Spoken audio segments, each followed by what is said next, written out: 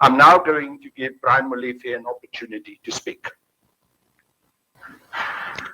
I'm waiting for Brian to request to be a speaker. So, Brian, can you open your Hello, mic? can you hear me now? There you go. Now I can hear you. Wonderful. Can you please join us? Yes. We had a couple of hitches, but at least we are now well on our way. Brian, please proceed. I can only speak about the facts as I know them. And my first interaction with Glencore was in fact at Transnet.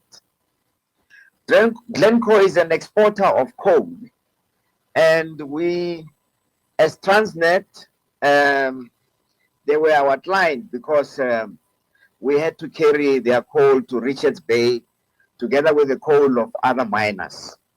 So it was in that context that I first came to know them. You remember that when I joined Transnet, there had been problems with the coal line, which we managed to resolve in a period of about 2 years.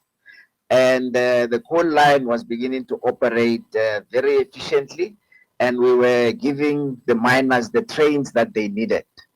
It was with the help of Mr. Gama, who is, I saw is here in the space at the moment, who was the chief executive for Transnet Freight Rail, who increased the productivity of the railway line between Richards Bay and Emelo.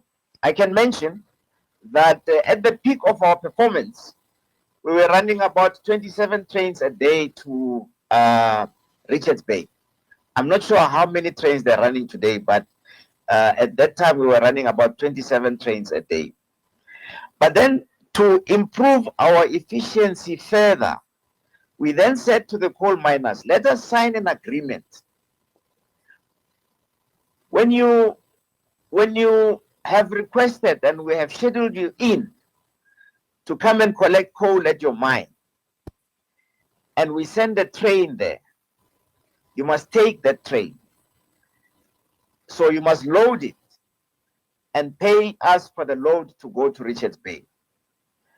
And if you can't load it, you still pay anyway because you're wasting our time.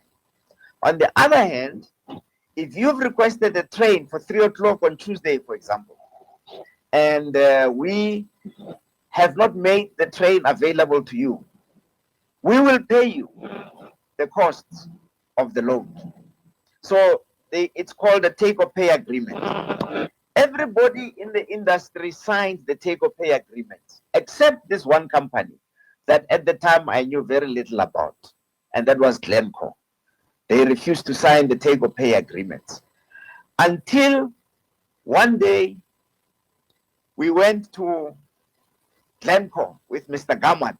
The two of us went to see Mr. Efron at Glencore, and we literally held them by the scruff of the neck and said, tomorrow at midday, you're no longer getting trains from Transnet because you're refusing to sign the take-or-pay agreement. Mr. Efron gave us a story about his relationship with Eskom and the deals that are top secret that he's doing with Eskom, and he cannot sign the take-or-pay agreement, but we must continue to give him trains.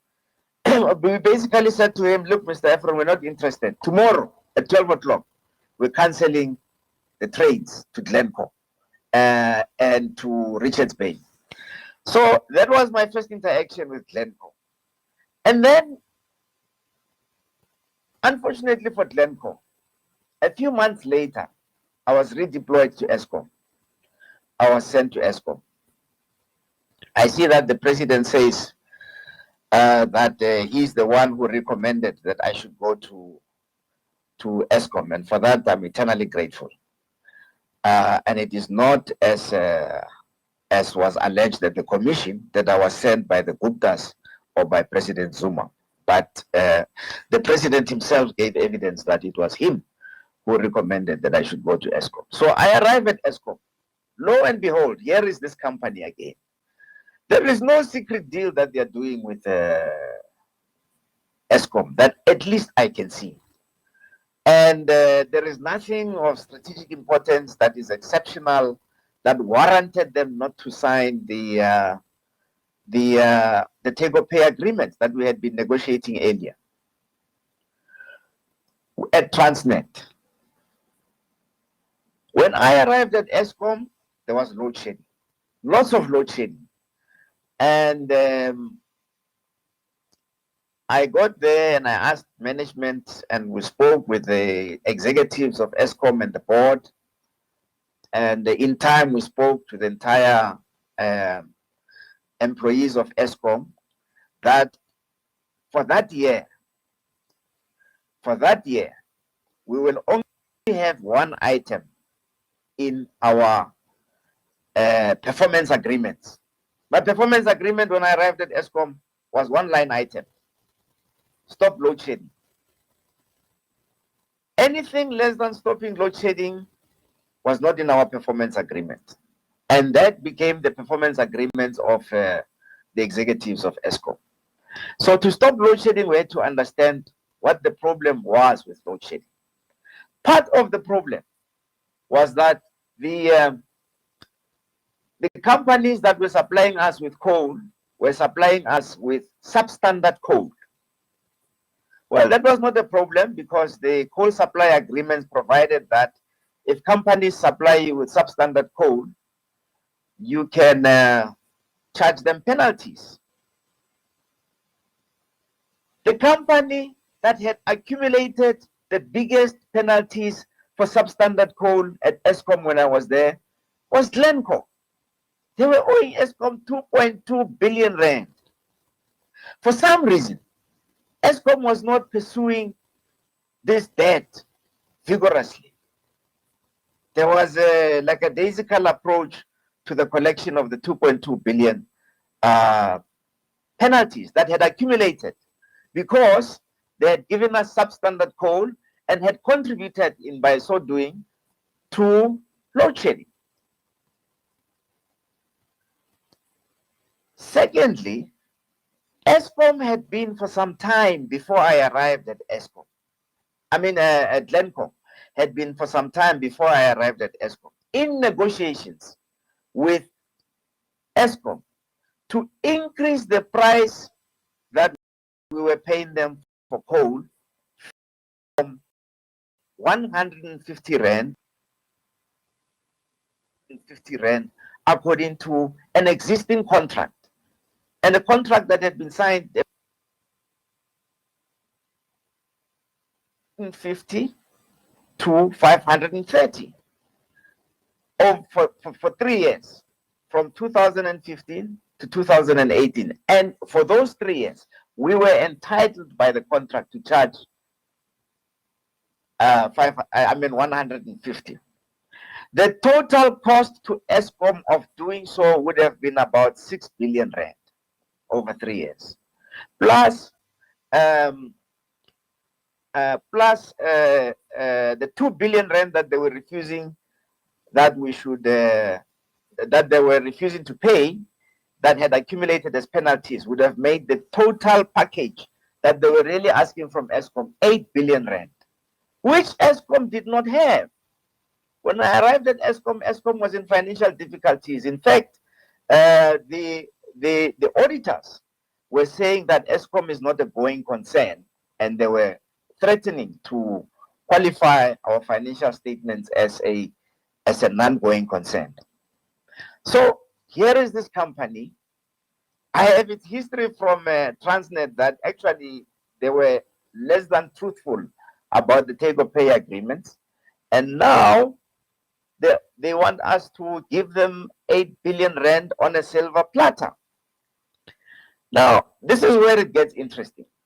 Many years later, when I get to the Zondo Commission to explain this, Chief Justice Zondo says to me, but they were close to coming to an agreement. Why did you scupper the agreement when they were close to coming to an agreement, both about the penalties and the increase in the price? Which I found very strange, because before I got to the Zondo Commission, Dr. Ben Guwani had given evidence about this and said there was no way that we could agree to that because we didn't have the money, firstly. We were entitled to the 150 rand, and they were supposed to pay our penalties of over 2 billion rand. So that is Glencore. Now, that was the beginning of big problems, at least for me, because I became resolute that we won't increase the price and that they must pay their penalties. In fact, I think in sometime in 2015, I think Mr. Koko is also here in the space, he can remind me, we actually issued summons for Glencore to pay us the 2 billion rand so that the claim does not prescribe. Glencore, to date, owes Eskom 1.4 billion rand that has prescribed. Mr. Koko has gone and laid charges at the Sandton police station for the payment of the 1.4 billion rand. Nobody has investigated that case. Eskom has not attempted to collect the 1.4 billion rand. I think at the moment it will be difficult to collect because it is prescribed. Nobody is interested to find out who allowed the claim that Eskom, the legitimate claim that Eskom has against Glencore, to prescribe. Because it's 1.4 billion rand that has been written off the books of Eskom in favor of Glencore. So when I learned more about this company, I discovered something even more interesting. They had done a deal with Mr. Cyril Ramaphosa a couple of years before he became deputy president, and made him chairperson. And it was also interesting at the commission that when I said that Mr. Cyril Ramaphosa had been chairman of a Glencore company, Optimum, Mr. Zondo tried to ridicule me and said, "Where did you get that information?" I said, "Well, it was in a magazine." He said, "Oh, is a magazine your evidence?" The following day, I came with a SENS announcement. So I had to go the extra mile to show what I was saying. In the meantime, at the commission, Glencore was submitting statements that were not sworn. All of us were expected to submit sworn affidavits, but they had not been submitting sworn affidavits, which was very strange as well.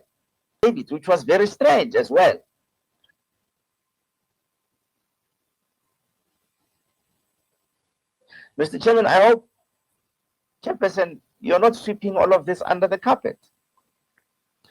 But the other interesting thing is that on the day that I gave that evidence,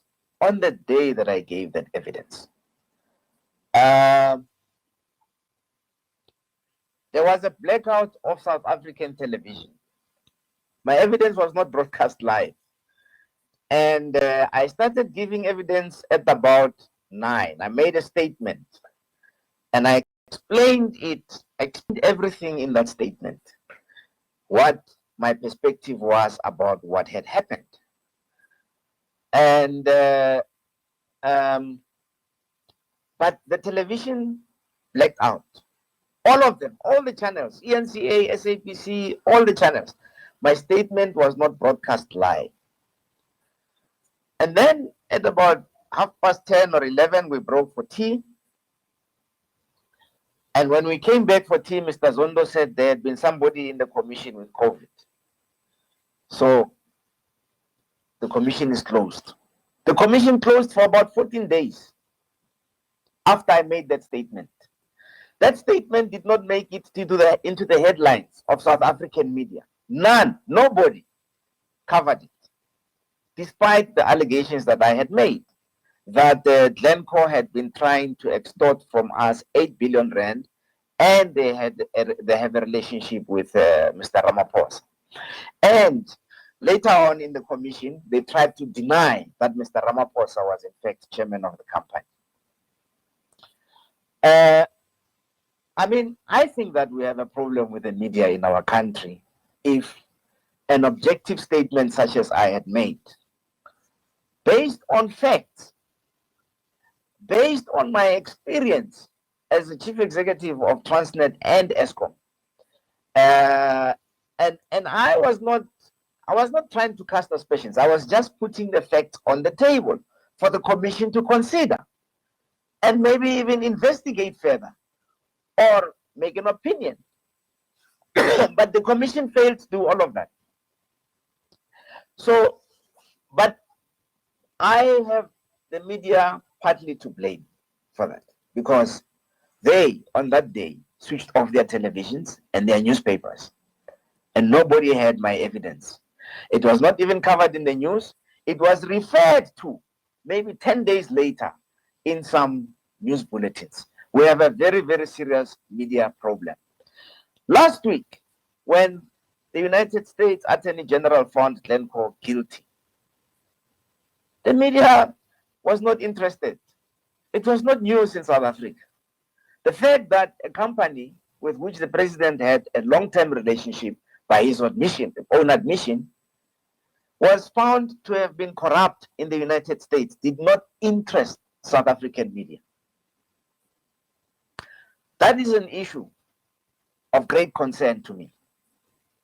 That is actually what motivated me to come to this space and speak like this, because I know that going to the ENCA, JJ Tabani has been calling me to come onto his show for many weeks. But I feel that our media has a problem that needs to be discussed. There needs to be a national discussion about our media and their objectivity, about in whose pockets they are when they can ignore such major developments in the space. I mean, it is not like we were talking about something that was, it was at the Zondo Commission, and it was about, I was giving the reasons for load shedding. Load shedding.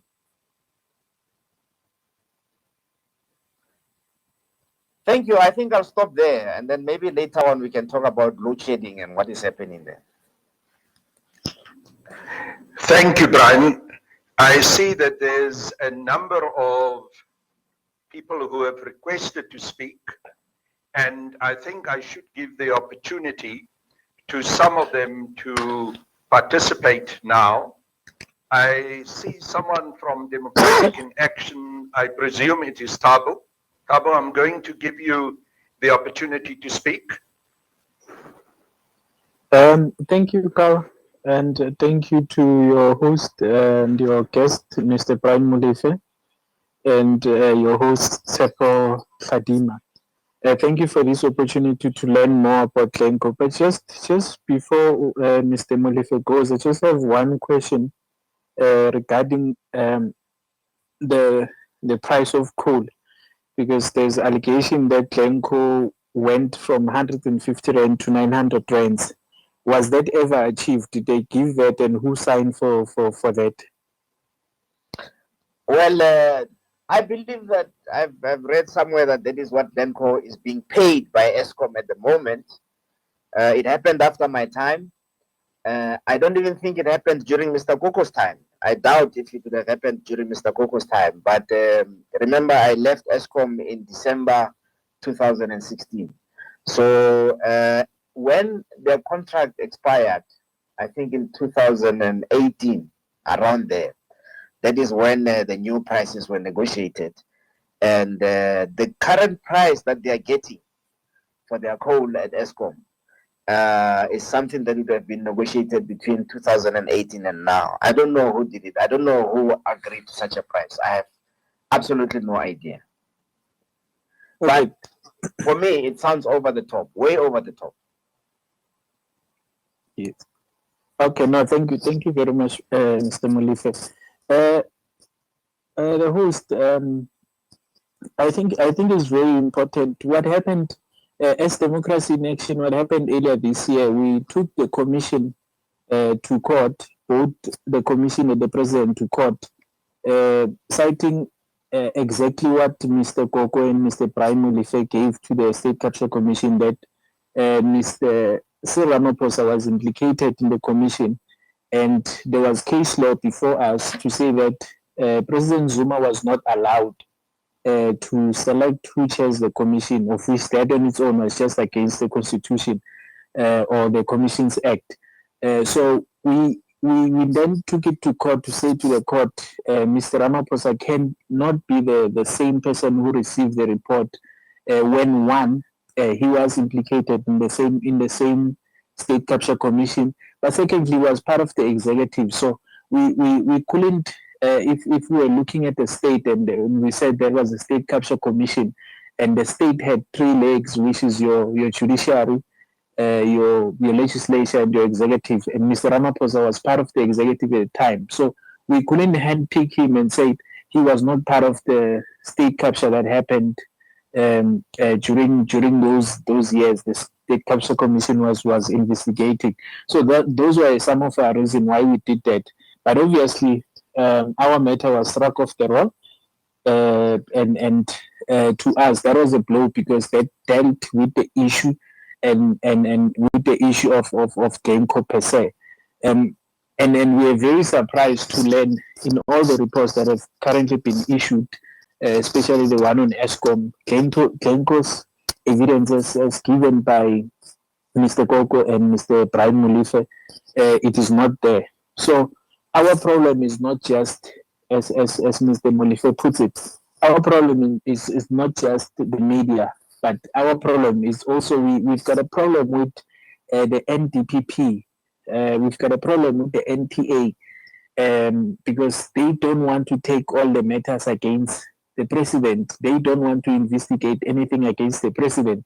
I mean, there's a number of cases that has been opened before, and all those cases, nothing is happening. There's no investigation in those matters. Some of them, like the one Mr. Koko referred to, SAPS, has been just withdrawn. So we have a problem with the NPA, but another problem as well. We have the problem with Zondo, the Chief Justice. It is quite clear from where we stand, all of us, that Mr. Zondo is working hand in hand with President Ramaphosa. Hence, I think even if there's a report from KZN just after last year, the ANC in KZN wrote a report and they presented the report to the president. And part of the report, they said that they said in that report that all the cases that were in court pre the Nasrec conference, both the ANC and government cases in court have been lost, or most of them have been lost. But seemingly, after Nasrec, all the cases that ANC takes to court or the government goes to court, they are being won, and not only that, but also won with cause. So we remember very well with the issue that is currently happening with the public protector. Every now and again, the public protector takes matters to court, or she's been dragged to court, and she loses all the court cases. So there's a clear indication that there is something very wrong, firstly with the NPA, but secondly with our justice system as well.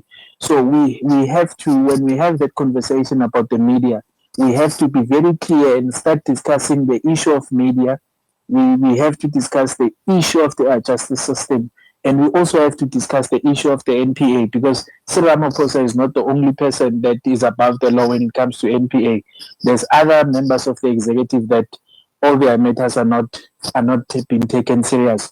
So I guess for us as an organization now is that, what are we going to do with the evidence that Mr. Brian Molefe has presented to the State Commission? What's going to happen with the evidence that Mr.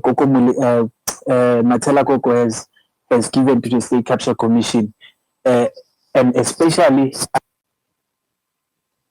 about such matters that involves the president or some of his executives. So we are engaging with the Attorney General with the hope that to make sure that all that information, all that evidence be presented to the US as well.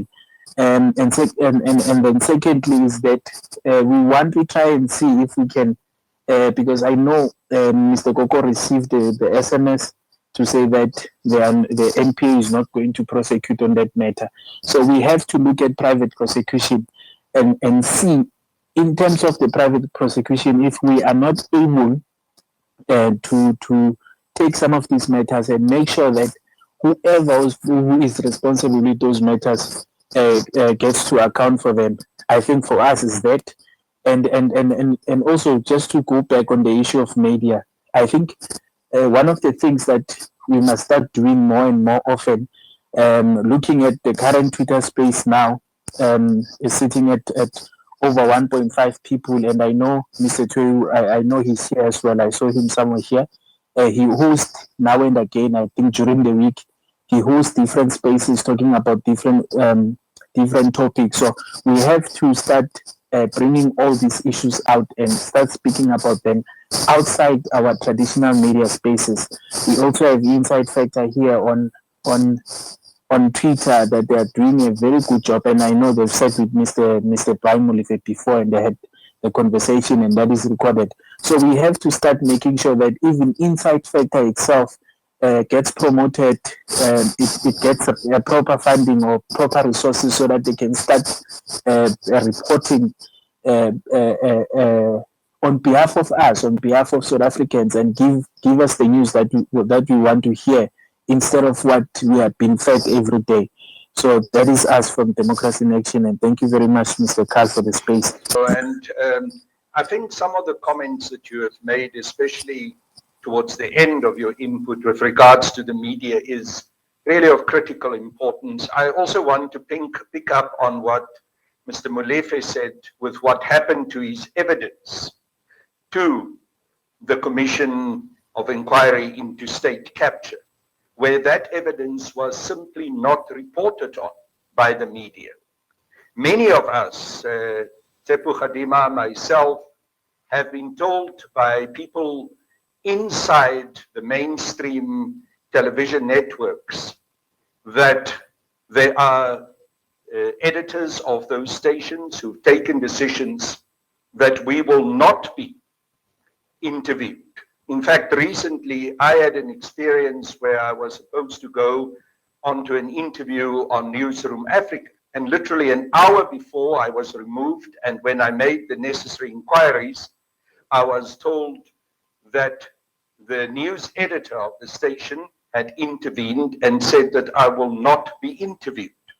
So the use of Twitter Spaces and of our social media and of all the various platforms that is available to us, which cannot be controlled by these agents of white monopoly capitalism, is of the utmost importance to us, and we should build out these spaces and our social media work extensively. That is exactly why I have decided to also proceed with this whole network of In My Crosshairs broadcasts, which will cover most of the various platforms that there are.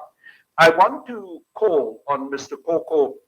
I don't find him. I've been trying to scroll through all the people who are participating. There's a large number. I want to ask him to request to become a speaker so that we can bring him in, because I believe he's got very important information that he can share with us, which will enrich our discussion. In the meantime, before I'm going over to the 5 or 6 people who have requested to speak now already, and all of you will get an opportunity to speak, I just want to quickly hand over to my co-moderator, Tsepo Khadima, and ask him if he at this stage wants to make any further input. After we will then move over. Just before Yes, that, Comrade Kell, I think I should respond to the Democracy in Action's request that they will be approaching the American authorities and may want me to become a witness there. Okay, please proceed. My loyalty is to the people of South Africa. My loyalty is also to the African National Congress. I think that these problems that are confronting us today in South Africa must be dealt with here at home by us, with our own judiciary, with all its warts and with all its problems. We have to fix what is broken here in South Africa. We have to fix what is broken in the ANC, because we have nothing else but the ANC. For over 100 years, that organization has carried the aspirations of African people in South Africa. We can't now throw it away. So I'm reluctant to be seen to be going to the United States of America to give evidence against a sitting president of the ANC. I would rather that matter is resolved by the ANC here in South Africa somehow. There is a conference that is coming in December. It is the members of the ANC who must decide what will happen with all this information that we have. ANC is an inherently democratic organization. As you've seen, the conferences, that the regional conferences, branch conferences, and provincial conferences that are happening in the country in the build-up to the national conference. I think that we must all commit to work within that framework to resolve our problems, whatever problems there are, the judiciary, the NPA, and so on and so forth. Those must be discussed at meetings of the ANC. Those must be discussed by civic organizations like Democracy in Action, but we must not run to go and ask America to come and solve our problems. We are going to end up very, very, very confused if we do that. I have reflected on the matter, and I think that is a stance that personally I would like to take. Not that I am saying the Democracy in Action is not doing good work, but I strongly believe that as South Africans, we are capable to resolve our own issues. And if we can't resolve our own issues, we should ask our neighbors, the African continent, to help us deal with our problems before we cross oceans to ask for assistance, to deal with issues that we should be capable of dealing with before we take one of our own. The president is still our own, to go and stand trial in America, or Glencore to stand trial in America. We should resolve our issues here at home first. Let them request. Let's not go there. Let them request for assistance, and let's consider if we'll give them assistance. But we should not go and initiate that. Sorry, somebody like children in school who are snitching. Let's not go and snitch across the ocean. Thank you. Thank you, Brian. I think the comments that you made is well taken. At the same time, I really also want to share with you the sentiment that this issue has to be resolved by our liberation movement, the African National Congress, and it has to happen within the internal and democratic structure. That the majority of our ANC members in their structures, in the branches and throughout up to national, will take the correct and right decision. Tsepo, I want to give you an opportunity to come in, and then we're going over to a number of the other participants. I don't see a request yet from Mr. Koko, which I regret. I hope he will make a request so that I can allow him to enter this conversation. He has got very important contributions to make. Over to you, Tsepo. No, thank you for that. I think very briefly, I just wanted Mr. Brian Molefe to take us back to the events before the so-called state of capture report by the erstwhile public protector advocate Turima Donzela. A few days before that report was released, as to what were the events, specifically to the evidential material, which we in a number of liver arch files that Eskom had submitted, because it appears that had that evidential material been considered, we would not have ended with a fruitless and wasteful expenditure of 1 billion rand, which the Zondo Commission has been. So I think that is important. And secondly, I think one of the things that perhaps we should consider, I mean, I'm not deducting from, having trust in the processes of the ANC, but the ANC is not the entire population of South Africa. I think there are a number of other people who have been adversely affected by the illegal and unlawful activities of companies such as Glencore, who are not members of the ANC, but nonetheless have been affected, and there must be a remedies that are pursued in order to ensure that we do not have a perpetuation of the wrongful conduct that is currently there. I mean, as we speak now, we know as a matter of course that Eskom continues to receive substandard coal from a company such as Glencore, and not only Glencore, that also we have another company, Exaro, which I think maybe Mr. Molefe can also shed more light in, which we know as a matter of course that by 2018, they had already been recipients of over 14 billion rand from Eskom, where they had not even delivered a single wheelbarrow of coal, and seemingly there doesn't appear to have been any appetite either at Parliament, within Cabinet, within Eskom itself, as to how it came about that a JSE listed entity can go about in that manner where it is effectively part of the plunder of a very beleaguered and a company that is almost near bankrupt. And lastly, I want to say that one of the remedies to consider is that the provisions of the Financial Intelligence Center Amendment Act of 2017, whereby it has vested immense powers, which I dare say are unconstitutional, but that is the law currently as written, whereby the various accountable institutions, specifically the banks, should have, in terms of that law, taken measures to ensure that the domestic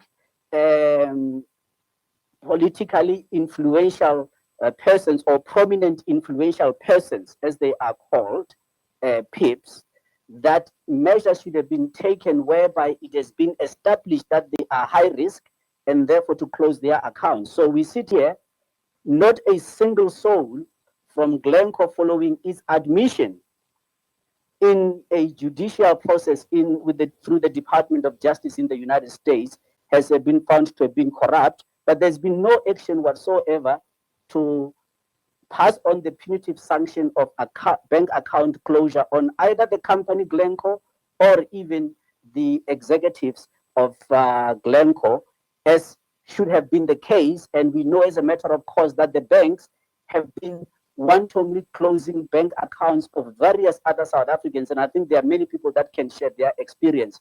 But maybe it gives rise to the fact that we need a civil society that can be alive to these realities, to these requirements in law, and then even move a course of action of mandamus to ensure that the Financial Intelligence Center takes the action, the punitive action, which is currently written in law until and at such a time that that law is amended. But right now, as it stands, there should have been action, and the fact that there hasn't been action is one of the things that I think from this discussion, it must be considered and there must be action there too. Thank you. Thank you, Tsepo. And I recall the concerns that you expressed at the time about the FICA legislation, but at the same time, as you quite correctly say, it is legislation and the law has to be implemented. Of course, that is not only true with regards to the issues that we are now discussing concerning Glencore, it is also true with regards to the recent events that we became aware of what played itself out at the Pala farm of President Cyril Ramaphosa, and issues around large sums of foreign currency in cash being held, which is entirely illegal in terms of that legislation. I now want to give an opportunity to Gert van Beek, who has made a request to speak to come in. Gert?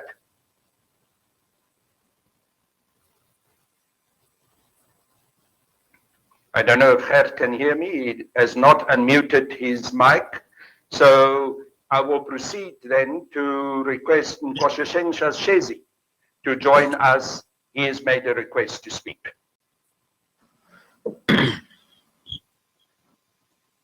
Thank you very much, Comrade Carl. Greetings to everybody in the space, more especially to Comrade Brian Molefe, who's our guest speaker.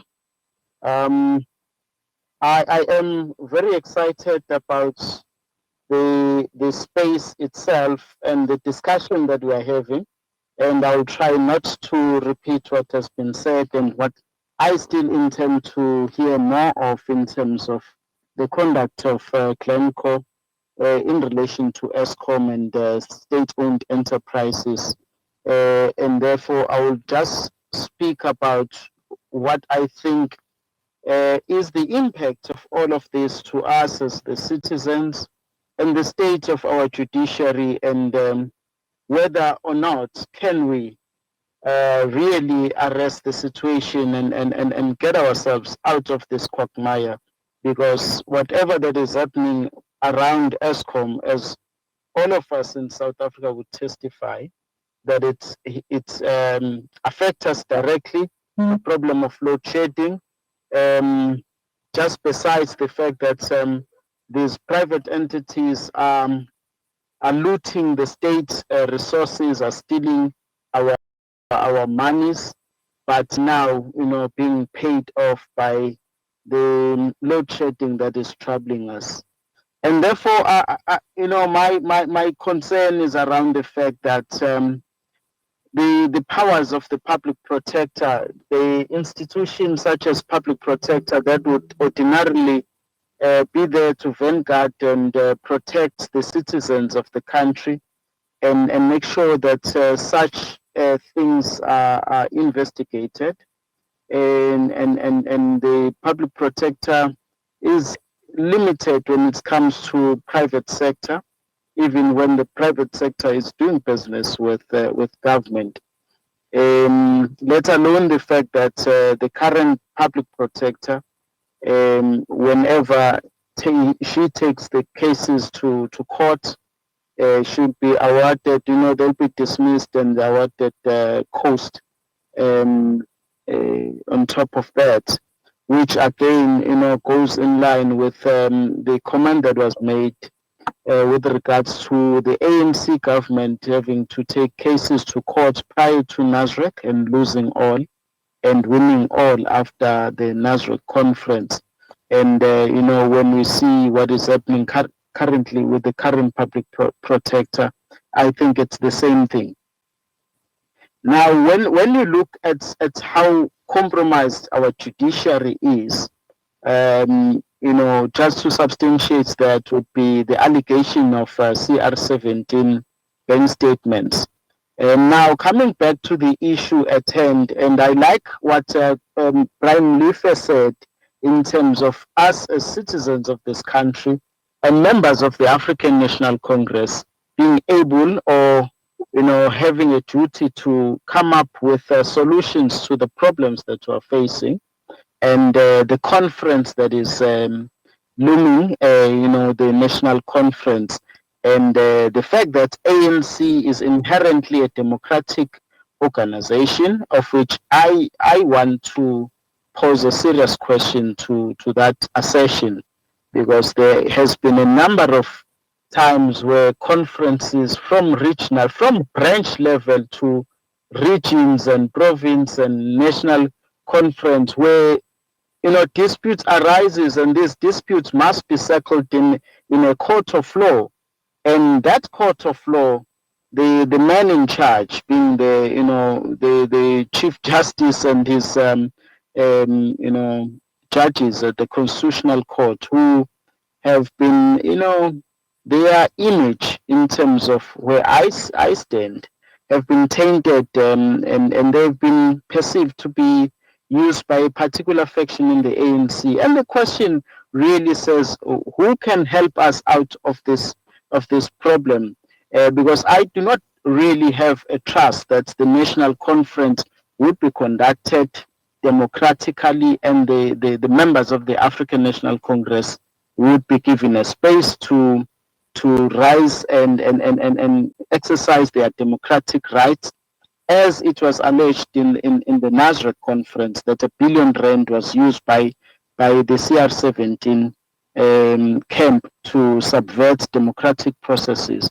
And therefore, I just want to say, I think out of this discussion, one is expecting that a program of action would sort of be discussed, if cannot be implemented immediately, to force the corrupt Cyril Ramaphosa regime out of office in the African National Congress and in the country as the state president. I think all the allegations, all the cases that have been brought against him have never seen the light of the day in the courts, because the National Prosecuting Authority would never, charge Cyril Ramaphosa.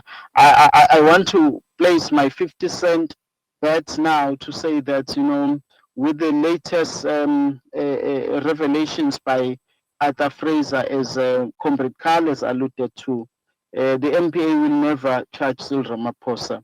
And therefore, it is up to us as citizens of this country to come up with a program of action. And I don't even think that we can prosecute privately, because even that needs the NPA to award us with a certificate to go ahead in that regard. And I think it is up to each and every ordinary man and woman of this country, more especially the activists, to come up with a program of action to make sure that we demand justice, and Cyril Ramaphosa can face the music. At this stage, I would like to thank you for the opportunity, because the media, as it has been alluded to, will never give us this chance. In fact, what we have seen in the media, for all these things that we are talking about, the media will go at length to protect Cyril Ramaphosa and his cohorts. And therefore, thank you very much for such a platform. But such platform must result in a very decisive action. Thank you very much for allowing me to talk. Thank you, Comrade Shezi. Can I ask that those of us who are being given the opportunity to speak, who've requested, because the list of speakers is getting very long now, can I ask you to try and limit yourself to about 2 minutes, not more than 3 minutes? We have started late because of the original hitches that we had with the first page that collapsed. And I would like to give as many people as possible the opportunity to speak. And at the same time, we also would like to give Comrade Brian and Comrade Tsepo the opportunity to reply to some of the remarks that have been made. I want to call now on Mugabe, who has requested to be a speaker. Can you please proceed? Okay, thank you very much. My question is again not very different from the earlier one, but I would like to know how efficient are the national institutions, especially the accountability mechanisms like the judicial bodies, in holding Ramaphosa accountable.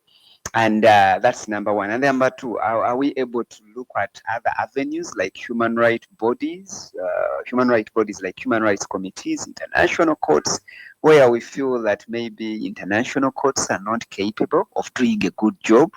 And then finally, what do you say? Because the article that he wrote and which was published this morning was of exceptional quality. Comrade Tsepo, do you want to come in responding to some of the questions and issues that have been raised by Mugabe, and perhaps also by what Comrade Nkoshiseni Shashezi had to say? Look, I think for the sake of progress, let's try and get a little bit more inputs, and then maybe we will, respond to them in bulk so that we can save time. That's my proposal. Okay, that's fine. Comrade Carl, you're still muted. If you can unmute. I'm asking Sicelo to come in as a speaker. I have agreed with Comrade Tepu that we will take a number of other speakers before we proceed with responses from our guest and also from Comrade as a co-host. Yes, I see that Comrade Sikelu is now ready to speak. Good evening, everyone. Thank you for this Twitter platform as an alternative to the media space that we find ourselves in, which I personally believe is very compromised at this stage. So I'd like to appreciate that. And secondly, would like to appreciate Brian Molefe, for his contribution that is made in our democratic country.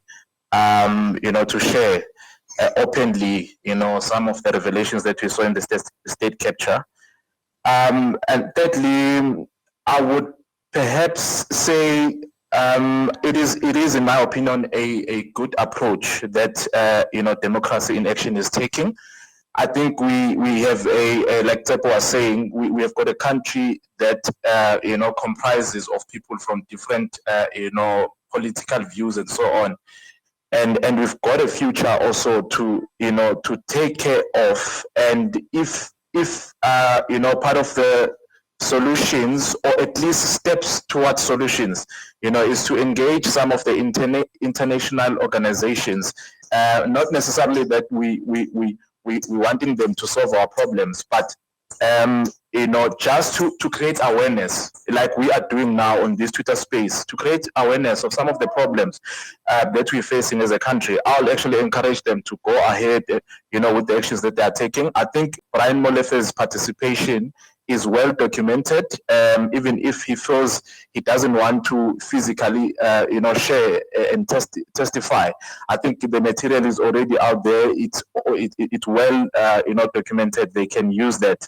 My last point is just to say that it is actually very sad that our current government, our current president, is so much protected by the media.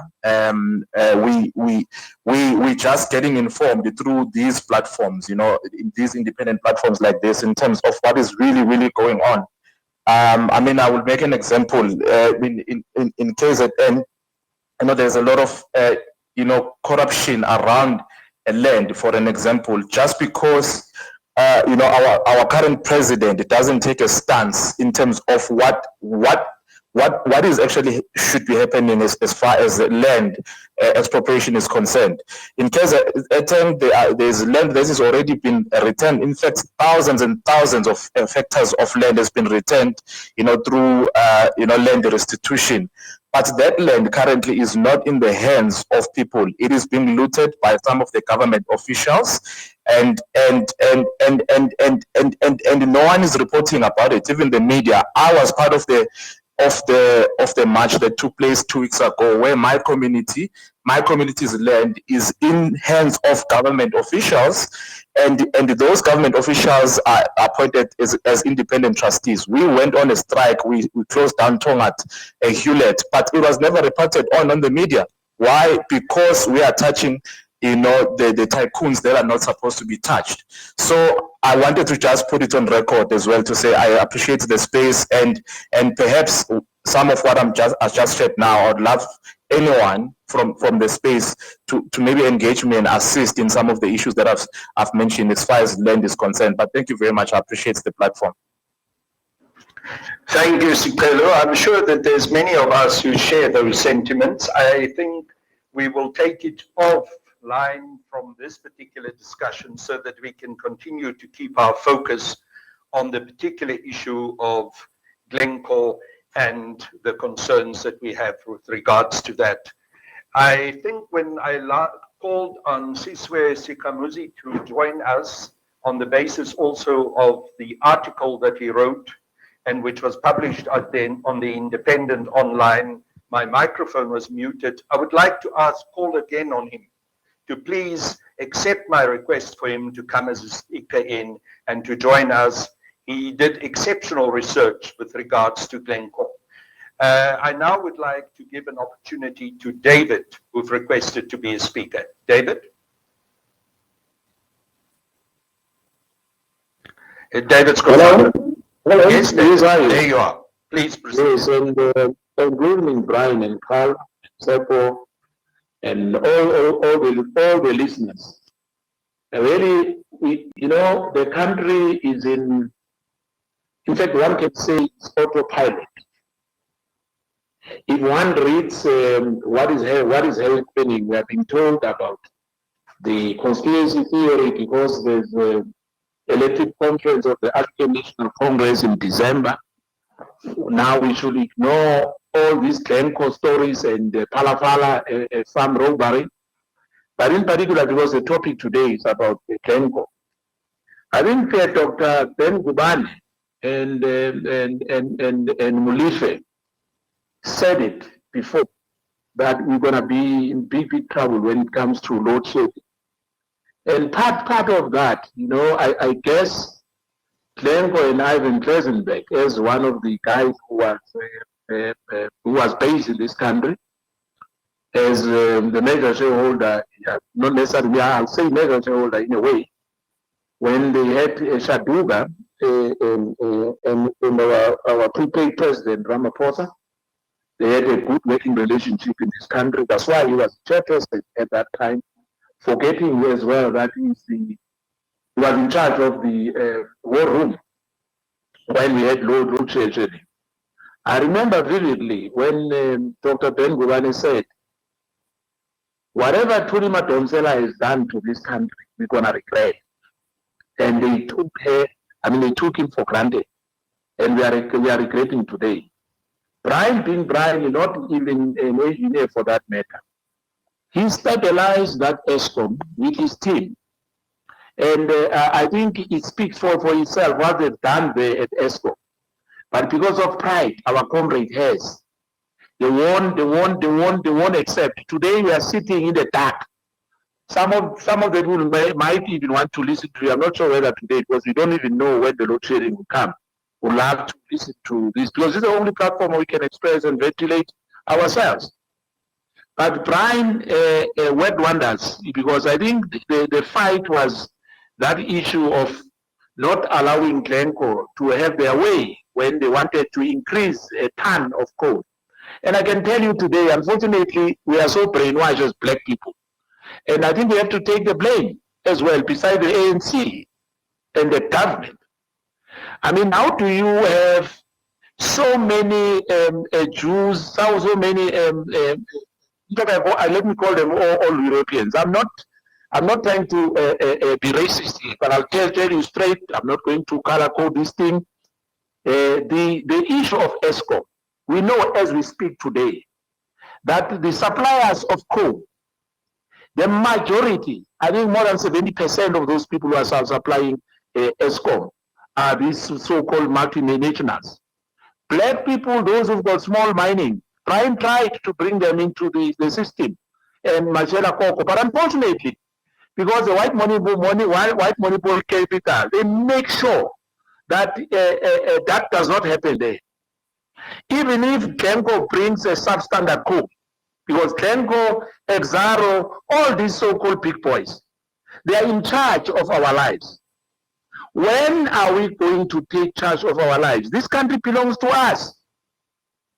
Why do we allow the system? We don't want to dismantle the status quo, that we are only transporting a coal to Eskom. But the owners of this, now it's Seriti. Seriti, same as Ramaphosa. They took over what you call it, PHP. It was South 82. They've got Putuman Kego there, Tabengwa there, and all of them. The same group of people. They're small people like us, and I can rest assure you that the status quo will never change. I've seen the deputy president, I've seen the president, I've seen, it's only Kwete who was really concerned about Reiter as a CEO at Eskom, that they are protecting him. If it was Brian or me there in charge, I would have been fired long ago.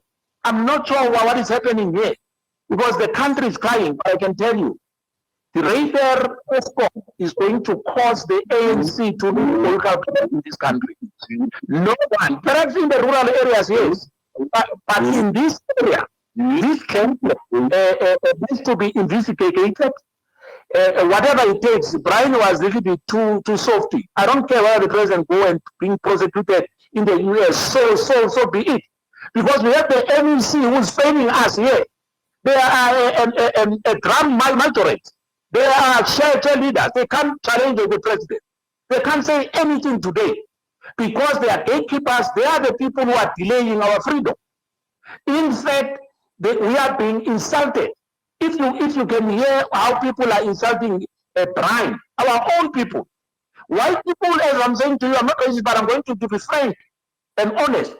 They are not complaining about Reiter because it's a European like them. We are getting the brunt. We are running business. We can't run our business because we don't have electricity. Our life is destroyed. And the man said in 18 months you will turn around Eskom. Today he said that we've got audacity to criticize him because there was a mess at Eskom. We had our chairman there, Ramaphosa gave us Jabu, may his soul rest in peace. You know what was the story. He was the chairman and the CEO, and he was my friend anyway. But I was not happy, and I told him once he was still alive.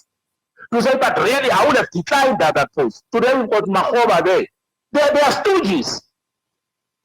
They are stooges. In fact, who's that lady, Mavuso? They are stooges.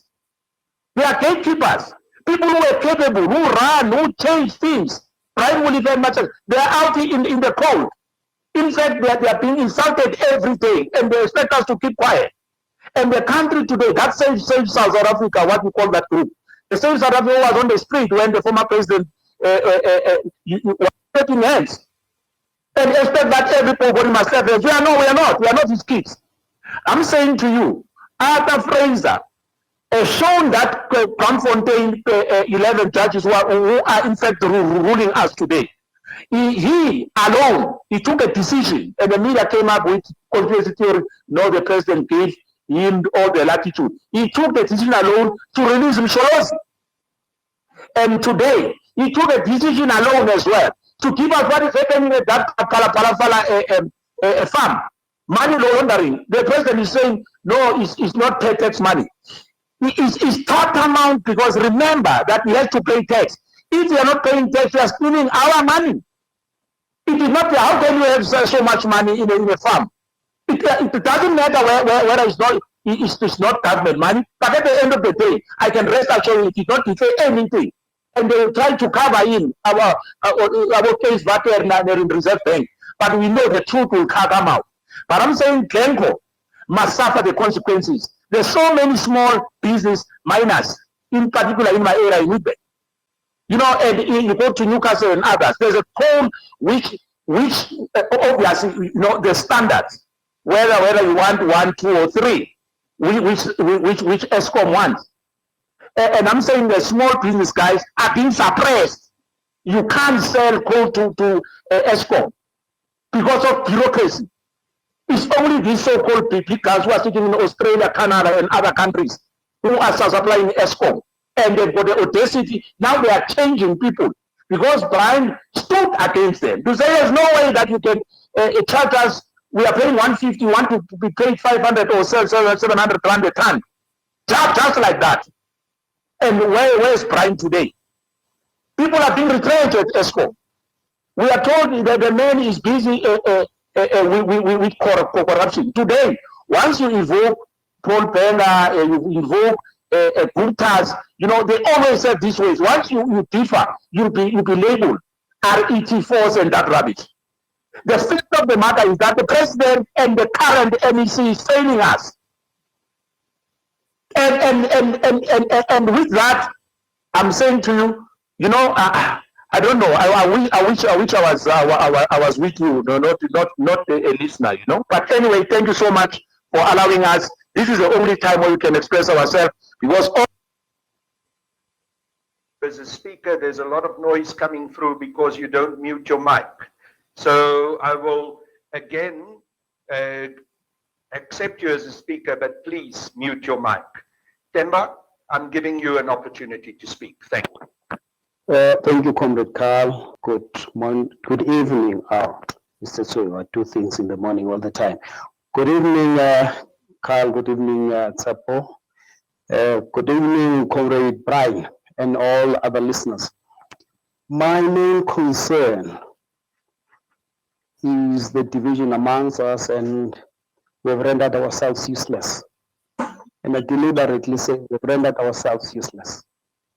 We were not liberated with the aid of the Americans. We were not liberated with the aid of the British.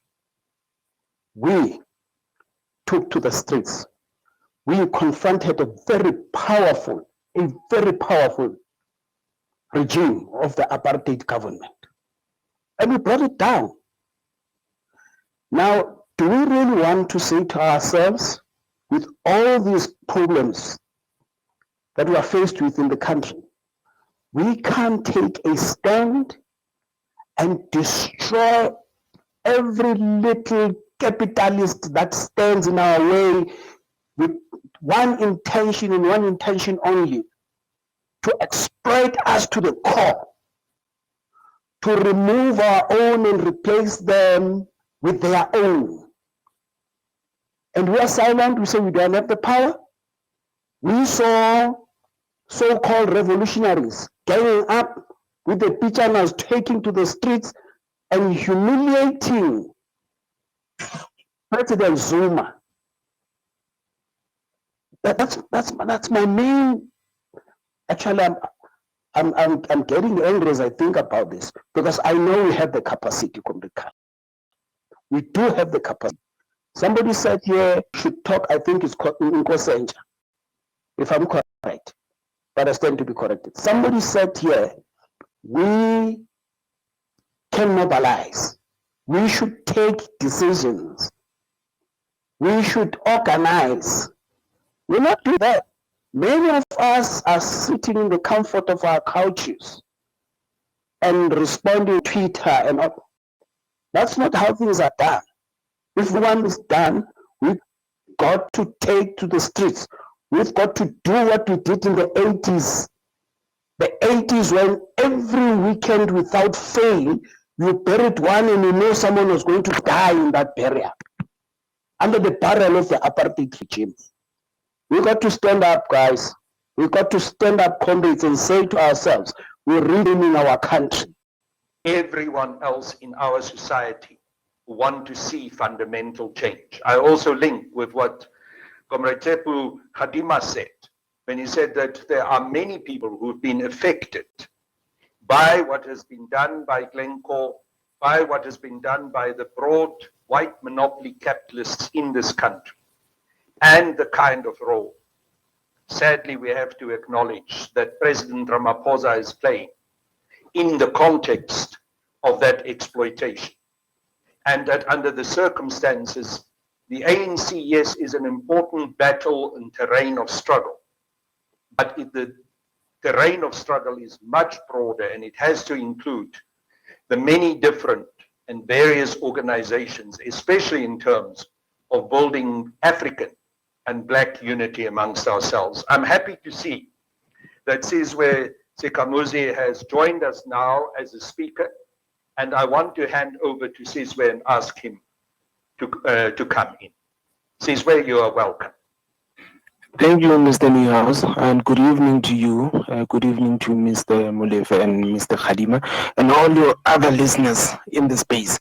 I'm just going to be brief here and say I've been listening to what has been said by previous speakers, and it is understandably frustrating to be a South African right now, to see the amount or the level of powerlessness in the citizenry, in us as people, when we see things are happening, we hear that things are happening, there's evidence that things are happening, but that's all there is to it, and that's where it comes to an end. And I think we need to understand the nature of the country that we live in. We keep getting reminded by the powers that be that we live in a democracy. the understanding of the democracy that we live in is that the executive, the president and his cabinet are supposedly meant to be kept in check by us, the people, through the people that we elect to parliament, the legislature, the people who sit in the legislature. And the judiciary is supposed to be there to safeguard this very, very troublesome constitution and ensure that it is always implemented by the executive, it is always followed by the legislature. That is the fantasy, I call it that we have been sold. And we assume there are always checks and balances, there are always measures to ensure that we are protected from any exploitation, not just by the state itself, but by private entities. However, when you live in a country, a state, and in a world, in this globalized world, where people believe in private ownership of assets, things, and properties, you run into this problem that people who like owning things privately naturally will want to own the things that are most valuable. That is why you find that all the coal that is being mined on this land that we live in this country that we live in, is owned by private people. It is owned by private individuals, and we keep getting told that this is the only way and this is the best way of doing things. This is the most efficient way. You cannot allow things to be done any differently. Now, when people want and believe in private ownership of the most valuable things that are available to any nation, what is stopping them from wanting to own the most powerful sectors of the state? What is stopping them from wanting to own the government itself? What is stopping them from wanting to own the judiciary? What is stopping them from buying the legislature? And to me, there's no reason to believe that these people don't believe in that and they do not practice this.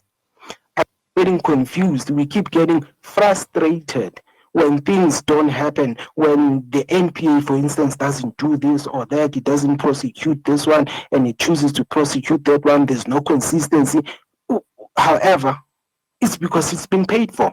It's been bought and paid for. When you hear that the CIA is offering assistance, or is it CIA or the FBI, one of those alphabet soups, it's offering to assist here and there, and then you have the Germans coming in and then offering to help with this and that, and that.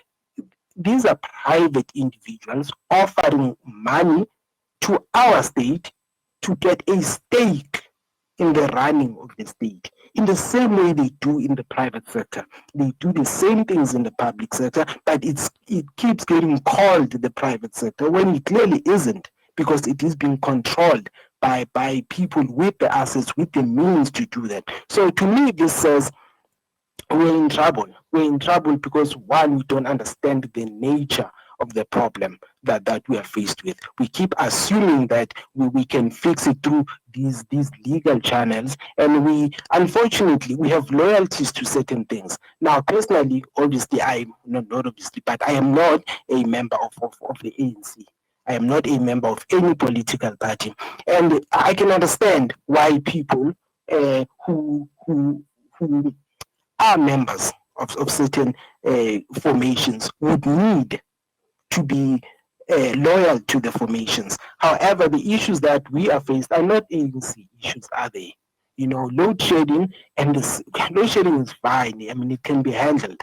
It can be handled. Mr. Molefe and Brian and Mr. Koko did do this in the past. They did handle quickly and efficiently and got rid of load shedding. So it's not our biggest problem. Our biggest problem is the sale of these important assets, when we will find ourselves in a position where everything that is supposed to belong to the people does not belong to the people. It belongs to an elite group of people who control and run. And once people own everything, it stops being even about money. So we complain a lot that, hey, there's $1 billion there, there's $1 million there, but it stops being about money. It becomes about freedom. When our forebears went and fought, they fought for freedom.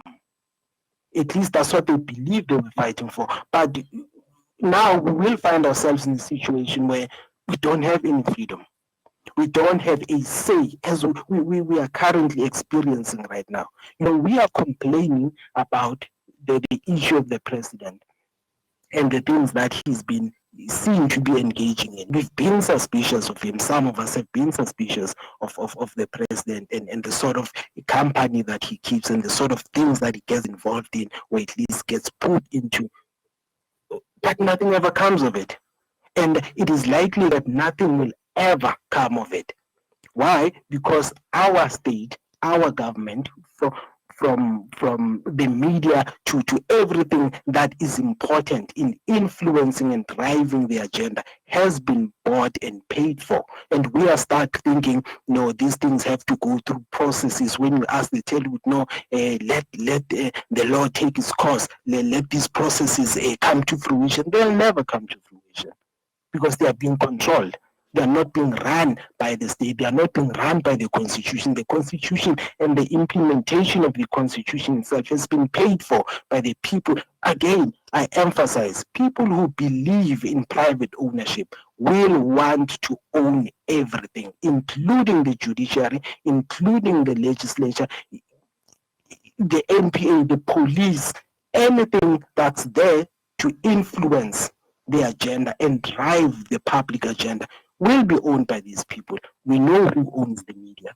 The media is not owned by the people. Why would it do things that are good for the people? It only works for the people that own it. The owners of these media houses are the ones who benefit from the narrative that is set by the media.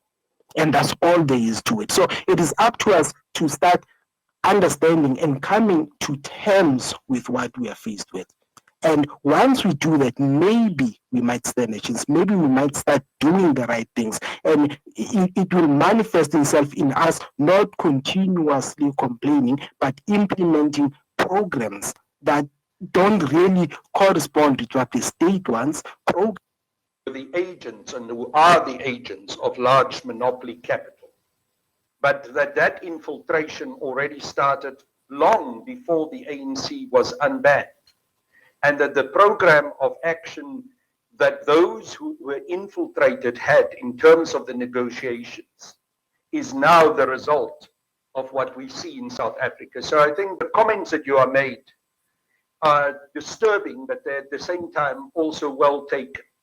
That we are up against a system which has been very effective in manipulating the even negotiating process and the so-called democratic process in South Africa, not only over the past 28 years, but way beyond that.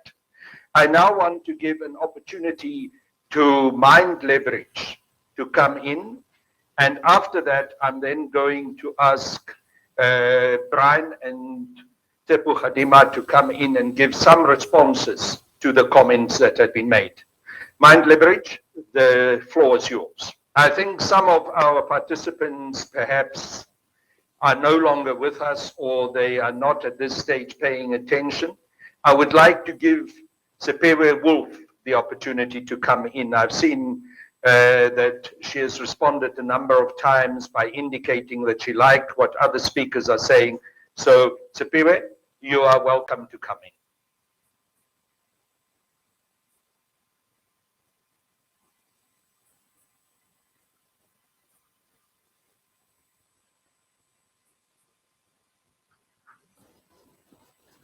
Sepewe, can you come in? I see you are indicating that you are around. I'm waiting for you to come in and give an input. Comrade Carl, don't forget me. I'm also on the list. There's a long list, comrade. I'm not forgetting anyone, but at the same time, I'm not sure if we go through the whole list, whether we will eventually leave tonight and go to bed. But would you like to come in now, since you announced yourself? Please, comrade, please proceed. Yeah, thank you very much, Carl. I just want to put forward that we have many energy experts, and one of the things that I notice is that if you don't have electricity that is stable, secure, and reliable, we don't have anything that we can go as a country. And one of the things that many of these so-called energy experts is that they come and say that so what you call solar, wind, battery storage and so forth are what you call dispatchable. As I've seen today that they were commenting that we've signed 16 billion rands worth of solar, wind and whatsoever as part of dispatchable. I don't know if they understand what is dispatchable, because one of the greatest things that we as a country that we'll do is that we must not make myth aspects.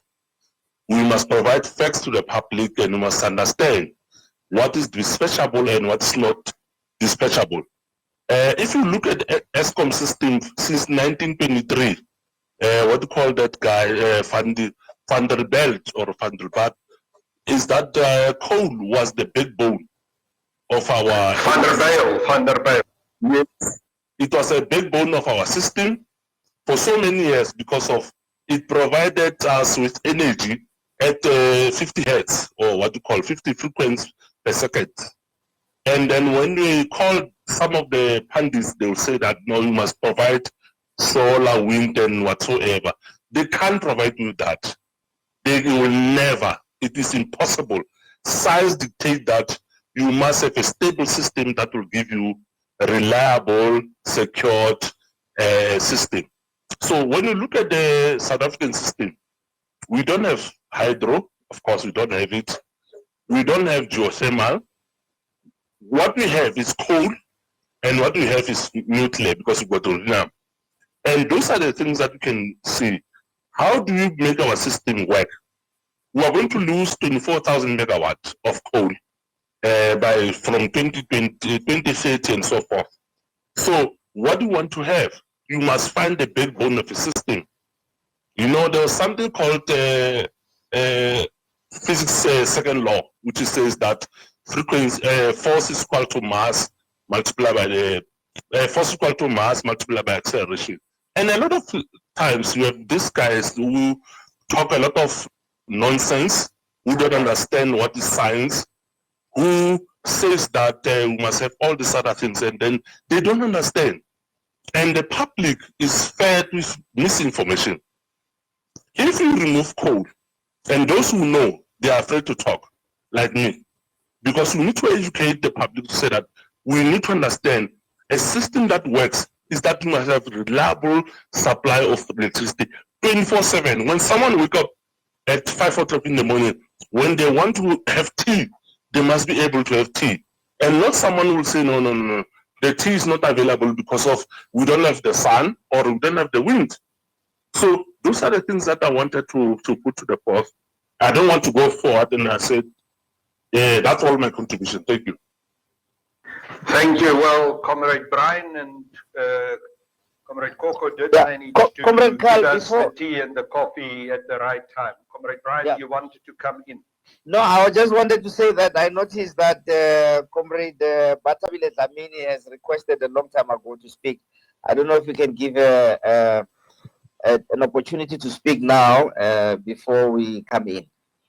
Let me see if I can find her, because in the meantime, I'm going to give Comrade Bata an opportunity to speak. Yes, I see her now, but I'm going to give Sandile Zungu an opportunity to speak, and then I will open the possibility for Comrade Bata to speak. Comrade Sandile, you are on the floor. Thank you. Good evening, comrades. I'm gonna be brief on this issue because I can say today we speak. I mean, you guys are talking about Glencore issue and stuff, but I wanna weigh in on the media issue. I wanna weigh in on the role that media is playing on how we see things. I mean, I was listening to constantly talking about would we need action and stuff and all of that, and I fully agree with him. But I think the problem here is that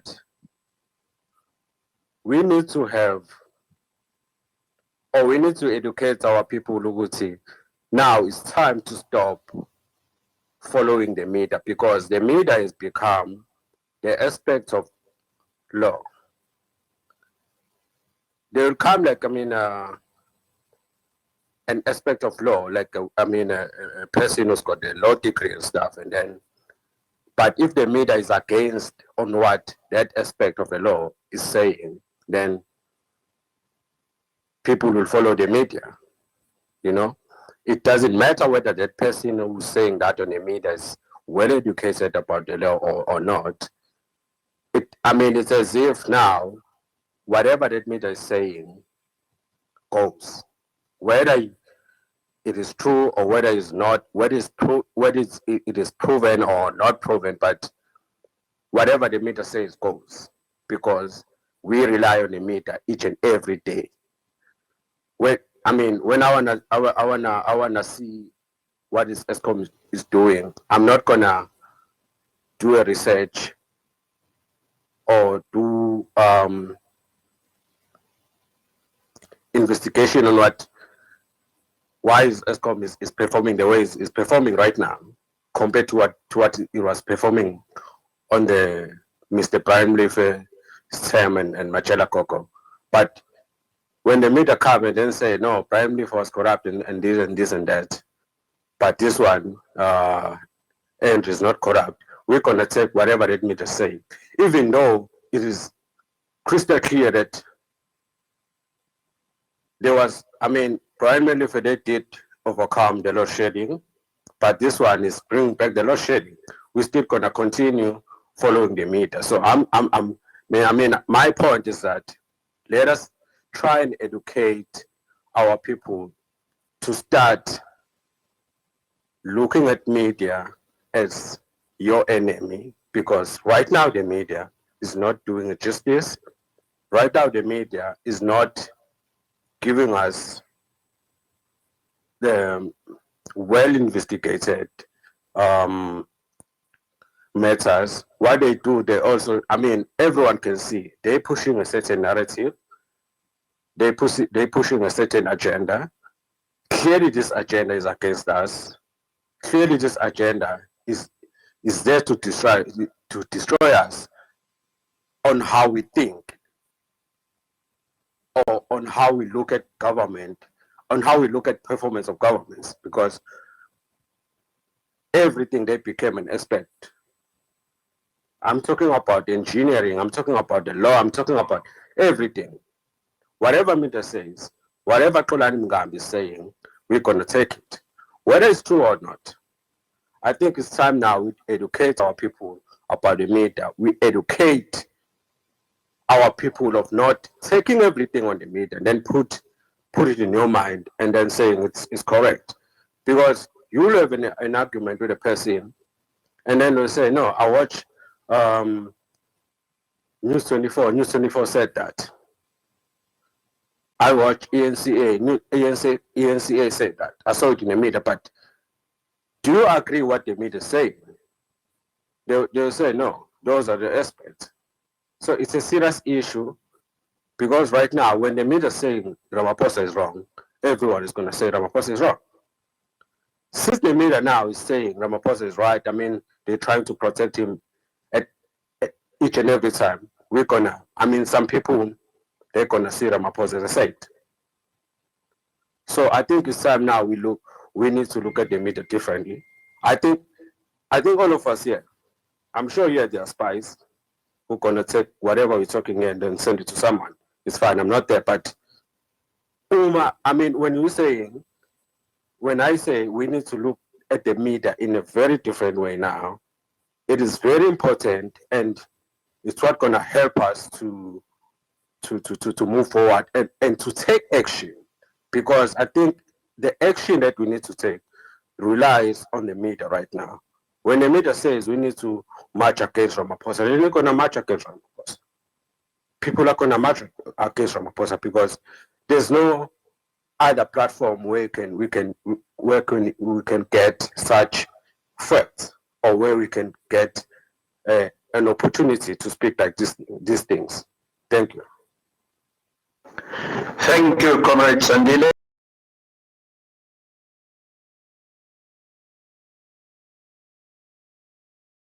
But also for being brave, because I think we are cowards. We are not the caliber of our leadership, and we use organizational processes to hide behind everything that is happening in the country. The first issue I would like to raise is that Comrade Brian knows, and Comrade Matsila, you shake the system, they deal with you accordingly, and they convince South Africans in the way that no one stands up to defend you, and you end up being on your own. And we must look into that and see how we can deal with it. There is lack of patriotism, but that is supposed to take our country forward. And if we do not plan for the future, they are always going to plan for us. I think we can all see that right now, there are young people that they have already identified that are possible candidates for the future. And we must refuse that, and we must fight and deal with such issues. There are many things that are going on in the country that are supposed to assist us to see that we are being destroyed. For instance, the ANC has the ANC Youth League. And the youth is the future of the country. And without a strong youth league, you cannot make sense to other young people. A recent report of the Department of Education is saying there are many dropouts because there is no young leader that is talking to them and making sense about the importance of education. But also, we've been calling on young people to go to school, and thousands of them with their degrees are sitting at home instead of being part of the program of nation building, because we are about nation building. Now, I agree with those that have said we are on autopilot. The nature of violent crimes that are in the country is saying we have a challenge. We've not been able to deal with violence against women. And once you have women not feeling safe in the country, as well as children, it means we are not in control, because they are the ones that at all times try and ensure that communities do things correctly, but also households are managed properly. With the judiciary, I think there are those that understand issues of Sicily. We are going to reach the stage of Italy if we do not address the issues of the judiciary. Who is going to have confidence in the judiciary that says that is being part of the commission, and in the conclusions of the report of the commission, there are people that are left out of the report, of which I think is very foolish. I would have said something about the president and his son in the report, And I don't understand why even the president is agreeing to this thing, because it makes him look very bad. It makes people lose hope in the whole ANC. But what must worry us most is that people are losing hope in the ANC, because the person that said he had come to fight corruption is now also being seen as corrupt.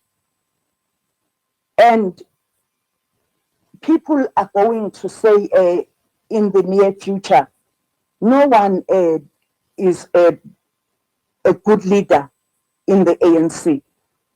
There are no leaders of substance. They are all corrupt. And we must not elect the ANC into power. And definitely power will go back to the DA. And this is the program of white monopoly capital. The issues of state enterprises, SAA, Post Office, Eskom, Dinel, they are taking what belonged to them.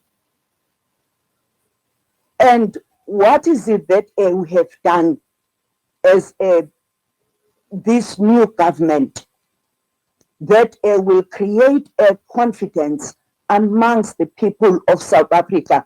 That is about the people. That is not about us.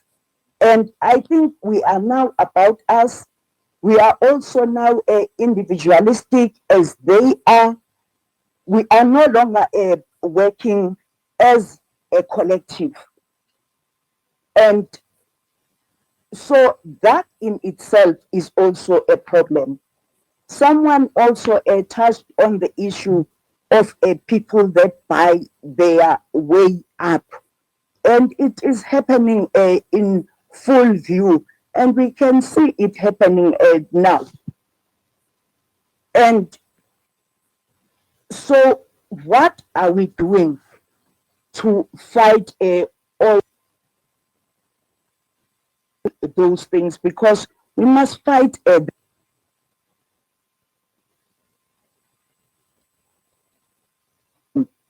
others are saying we must demobilize our people. We were used to cut the vigilance of the people and the confidence they had in themselves. Our people did not believe in the media, but because there are no other ways of communication that have been created by our own media people and our own intellectuals, people have resorted to depending on this media that is fighting us. So, and you need people with very strong minds, decolonized minds, to deal with all rubbish that is in the media. And we are not in that stage, because even political education, just to conscientize people, is not as strong as it used to be before. And therefore, I do agree with points that have been made by others of us ensuring that the citizenry is part of what is happening in the country. But that will take all of us, and we must care more about South Africa, the country, and then our organizations. We cannot look at the ANC dying, because our forebears fought for what we have today. But also, we cannot lose what we already have. But what is more important is for us to be able to support these comrades that have been demonized, that are insulted every day. Thank you very much, Comrade Carl.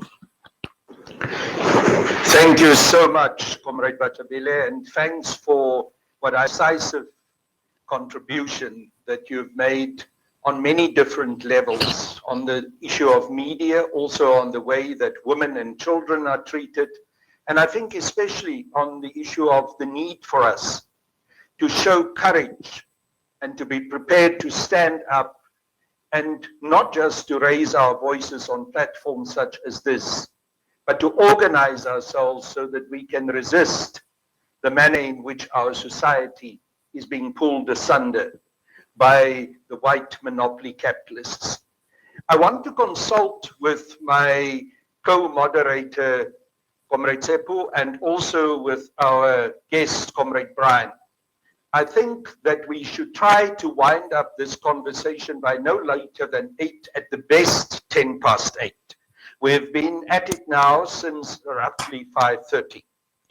So I want to give an opportunity to 1 or 2 or perhaps 3 more of the people who have requested to speak. Unfortunately, not everyone who's requested to speak is going to get an opportunity to speak.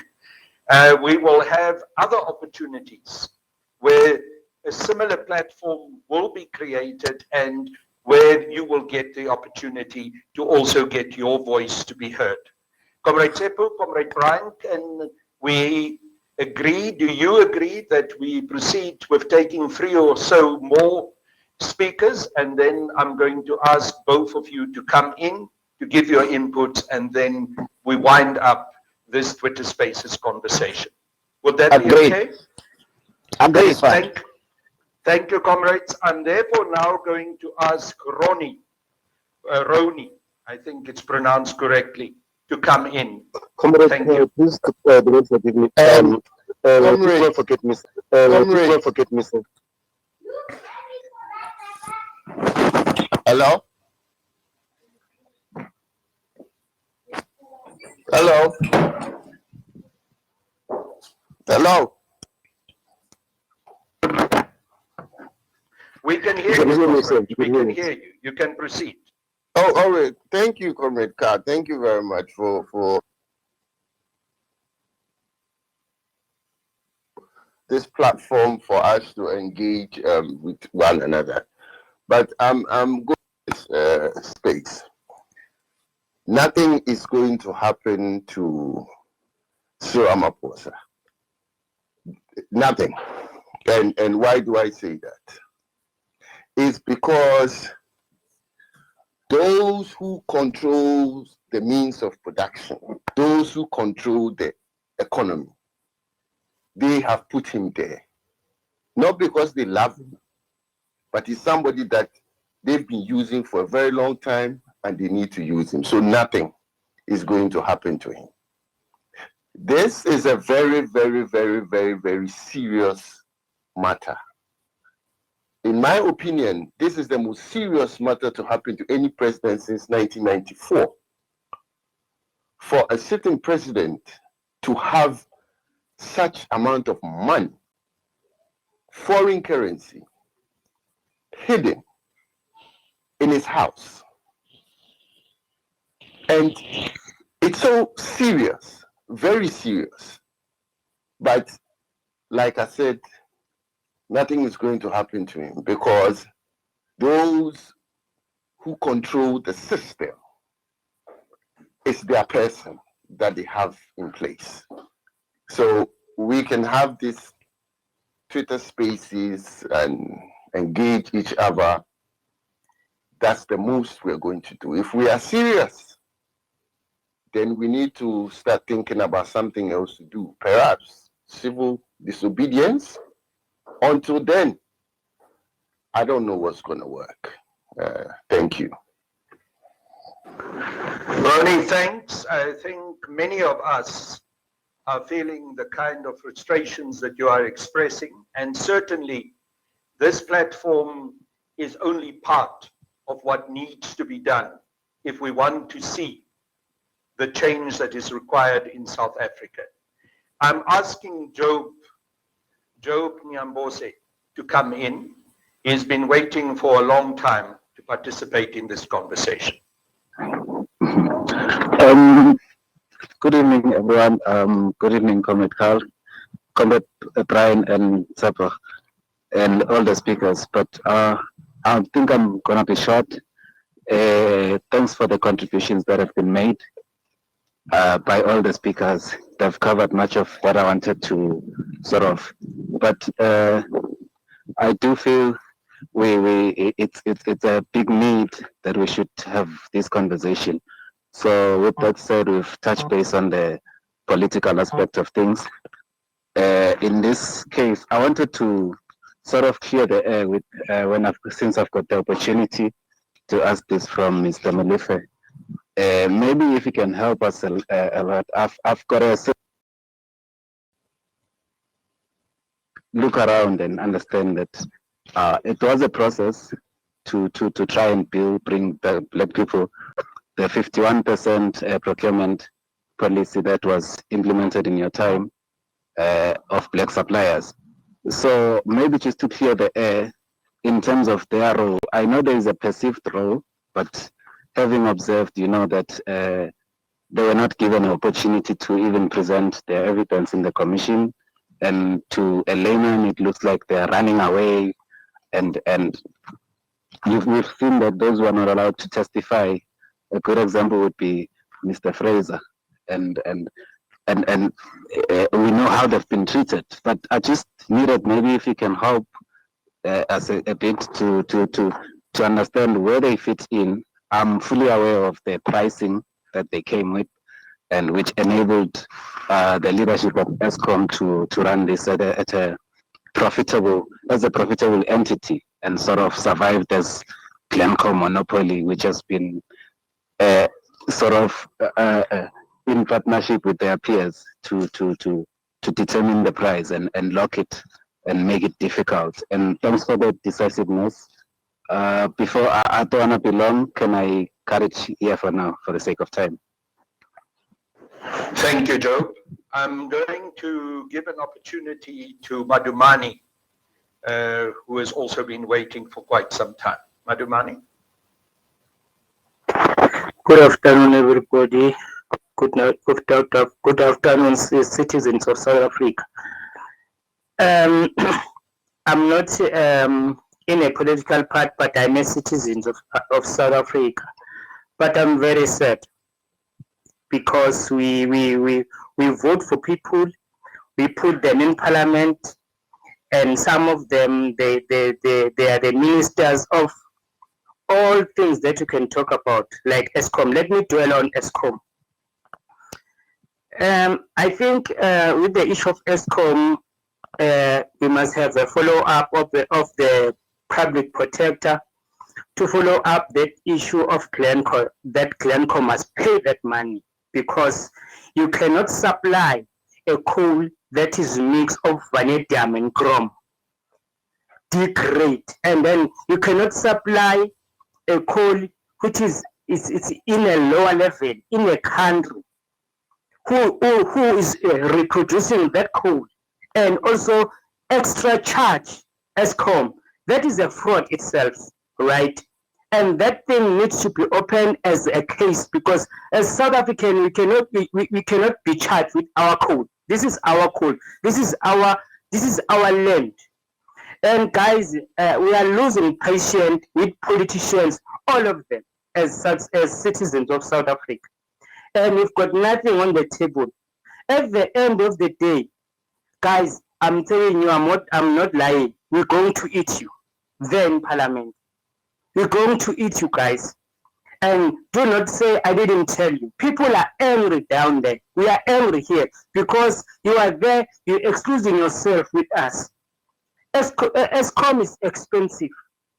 Load shedding is now and then. Our appliances are broken down. We've got no refund, no everything. We have to buy a new fridge, new everything. And you have nobody to complain to, you see. And you politicians, you are playing us as South Africans. So we are tired, guys. We are tired. And everybody that is want to come clear and give a lie to South Africans like Brian Molefe, that one won't give a platform or won't give anything, no attention to him. You see, and then we find the law of South Africa. And please, with the issue of Eskom also, can they please in Eskom, before they give anybody in the security sector, those ones who may be working on the plants like that one, just scan the companies, because most of these security companies who are owned by foreigners, they're stealing the copper, they're stealing all this material of Eskom. And that thing also count as a stock loss under Eskom. And Mr. Molefe, maybe he would like him to elaborate and tell us that how much of money that is a loss due to illegal connection and then stolen of the copper cables of Eskom. Just like that, because also we forget that we've got also foreign citizens who are destroying that sector which is called Eskom. We have people who are just go to the substation and destroy substation, and then Eskom must come back and then repair everything, and then that is money. Thank you. Thank you so much. The last person I'm giving an opportunity is Philani Mdluli, and after that we will then go back to Comrade Tsepo Khadima and also to our host, to our guest, Comrade Brian. Philani? Oh, thanks, Comrade Carl. Greetings, good evening, Revolutionary One, Comrade. The students on strike, we the working class would be fed up because now they're stopping us from going to work and all those sort of things. We also go on strike, it's the same thing. The public is against us, the students are against us. So of which I think the ANC is also to blame on that. It's unfortunate that it is our liberation movement, but I think after 94, whatever that has happened, it has been ensured that we don't come together so that we'd be able to confront the government of the day whenever there is unhappiness in terms of the service delivery or even corruption as it stands. So today we are sitting with a president, of which I always say that now there is a party within the ANC. The ANC is not in power, because if the ANC was in power, the ANC conference resolutions would be implemented by the ANC. However, we've got a party that is running under the name of the ANC, with the current president, Cyril Ramaphosa, as the president of that party. Then we've got the media. I think the comrade had said that we need to educate our people in terms of the media and how do they work, because it's a prepaid media, just like our prepaid president. So we know that, and we've seen that the media has always promoted the current president, and the issue of the factions in the ANC, where there is this party that I'm talking about, that we've got a party within the ANC. The issue of the RET forces and the issue of the New Dawn, of which the RET, we all know, is an ANC policy. Then the media created the narrative that there are two factions in the ANC, of which it's the RET forces, of which it's the media that came up with that sort of names, that there is RET forces and then there is the New Dawn. So which makes it difficult now, because it's the ANC that should be then saying that no, this has come to a stop. I think there's a speaker that talked about the NEC being the audience of the current president, that they're just there to add numbers. There is nothing, and they've got no input in terms of running the country, or how should the ANC then, sorry, be portrayed or be looked at, the image of the ANC, because it is well known that the comrade president is a member of the ANC, and we as ANC members voted him in through the conference, and then subsequently then voted as state president. So whatever blunders that are there, the fingers are pointing to us as the ANC members, that comrades, here's your product, here's a comrade that you've given and gave us assurance that would lead us with dignity and respect. So I think the last one would be the issue of taking these, because the spaces one has been following, and they are very informative, and the things that are discussed are the real issues of this country that we need to address ASAP. But then now the issue is that how then do we take these to those that do not have Twitter, to those that go to the voting stations at the end of the day to elect the government of the day? How then do we make them aware of what is happening? How do we make them aware of what are their real problems are? Because as one speaker earlier on said, that they have resorted. Thank you, Comrade Pilani. We are now going... Yes. Yes, please do acknowledge me, sir. I've been waiting ever since 5. Comrade, I'm going to then, because I said only 2 more speakers, I'll give you the last opportunity, but I'm asking you to limit yourself, because you are not the only one who's been waiting since 5 o'clock. There's been many people waiting. But I'll give you, since you asked now, but I ask you to limit yourself to 2 minutes, please. Thank you. All right, thank you, comrade. My input is very short. Like, I'd like to simply say to Mr. Brian Molefe, you spoke about snitching and all of that. Comrade Carl, thank you. Thanks, Com, and thanks for being understanding. The sentiments that you have expressed, I'm well known to share. I want to ask Comrade Tsepo Khadima to come in, help us with part of the summary and responses to this, and the many valuable inputs that we have received. And after that, I'm then going to ask our guest, Comrade Brian, to give us his input, and then we will conclude. Thank you, Comrade Tsepo. Over to you. Thanks, Comrade Carl. Look, I think it is evident from the inputs that we have received that if anything, we should take to heart the words of William Shakespeare, who said that an unmet expectation is the chief root of heartbreak.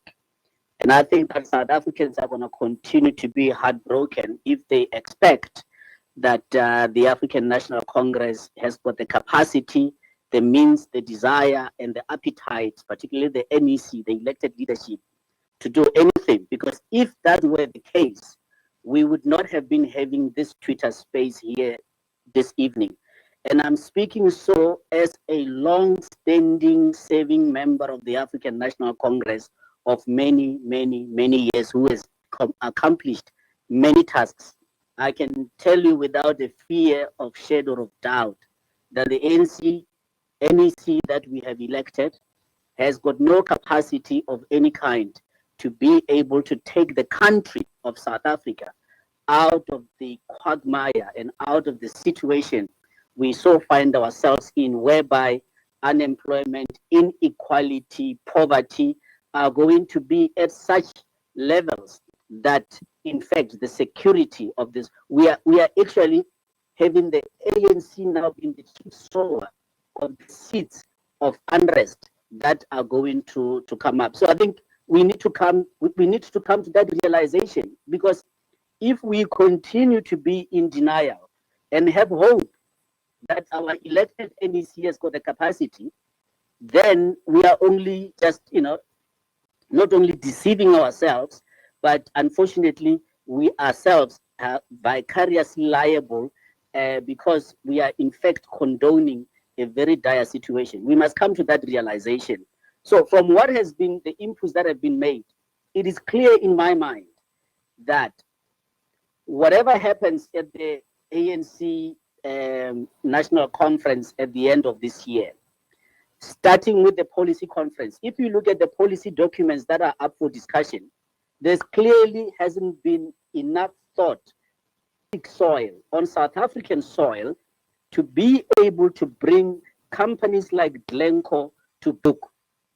More so when the first citizen of the republic, being the president, has never once uttered a word about this company that he has been associated with, that he has profited from the relationship with this company, in terms of what has now come to the fore, in terms of its shenanigans and where it has been found in a judicial setting guilty. So we have to pursue means beyond the domestic soil of South Africa to ensure that we bring them to book. Because come 2024, and I'm saying this now without fear of doubt, with the current trajectory where the ANC is, we will not be in power. We are going to lose power. We are going to be no different from KANU of Kenya, who has since lost power and forever in a day, or UNIP in Zambia, which has since lost power and forever in a day. And I think the ANC is going to lose power. But companies like Glencore will continue to find the next comprador that they are going to bribe, corrupt, and ensure that such a comprador advances policies at the expense of the citizens, whereas they will continue to profit. So unfortunately, I wish that there was a positive note we could end on. Safe to say that something has to be done, because if we do not do it, no one within this Twitter space and within the borders of this republic will be safe. And we continue to see that with the criminal justice system that is failing, and more so failing to bring to book this oligopolies and cartels that are destroying the very fabric of this economy. Because every single person listening right now and within the borders, they must bear this in mind. Companies like Glencore are to blame for the high cost of electricity, for the perpetual load shedding, which in turn has discouraged investment in the productive sectors of the economy, and for the unemployment that is there, and more so for having put such control on our natural resources, particularly in terms of coal. Now, coal is not going anywhere. I know that some people are speaking about renewables. What is going to happen? Coal will continue to be in use in this country, controlled by these oligopolies, but they are making way so that the so-called renewables come in only to please South Africans out of their hard-earned money. So this is a scheme, an elaborate scheme, which is premised on corruption and nothing else. But something has to be done, and it's clear in my mind that I think we've started on the right footing, but we have to go beyond this talk and say, well, how does this company get brought to book? And it appears to me bringing them to book perhaps starts with pursuing or continuing to pursue charges in the United States, because that at least maybe will help to discourage them from continuing to corrupt and bribe, and ensure that we have got a not only parliament, but we have got a cabinet that becomes completely constrained from doing anything and doing that which constitutionally they are bound to do. So those are really my thoughts and reflections on the discussion and the discourse we've had here tonight. But I think it is important that many South Africans that joined this Twitter space tonight show that indeed they are interested in the well-being of this republic, and we must do everything to fight hard to protect it, lest we find that indeed, the civil unrest puts us in places like Libya, Afghanistan, and Iraq, which I think is not far from where we are now. Thank you. Thank you, Comrade Tsepo. I want to hand over to Comrade Brian to respond to the inputs and also to make his final remarks before I will conclude this Twitter Space conversation. Comrade Brian.